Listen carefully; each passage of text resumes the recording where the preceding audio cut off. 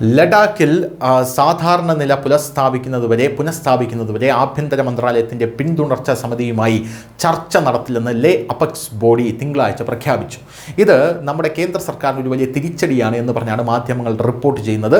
നിലവിലെ സാഹചര്യം കണക്കിലെടുത്ത് ലഡാക്കിൽ സമാധാനം പുനഃസ്ഥാപിക്കുന്നതുവരെ ഒരു ചർച്ചയ്ക്കും പങ്കെടുക്കുന്നില്ല എന്നാണ് ഞങ്ങൾ ഏകകണ്ഠമായി പറയുന്നത് എന്ന് ലേ അപെക്സ് ബോഡി ചെയർമാൻ തുപ്സ്റ്റാങ് ചെവാങ് ഒരു പത്രസമ്മേളനത്തിൽ പറയുകയുണ്ടായി.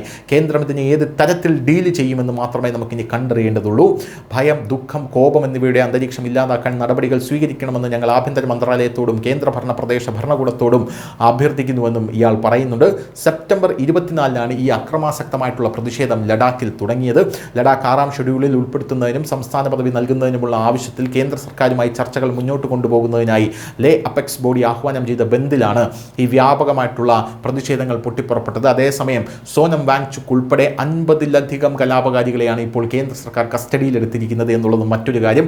അതിനിടയിലാണ് ലഡാക്കിൽ പഴയ സ്ഥിതി പുനഃസ്ഥാപിക്കാതെ ഇനി യാതൊരു ചർച്ചയ്ക്കും തയ്യാറല്ല എന്ന് അപെക്സ് ബോഡി പറയുന്ന ഇതും ഈ റിപ്പോർട്ടും പുറത്തു വന്നിരിക്കുന്നത്.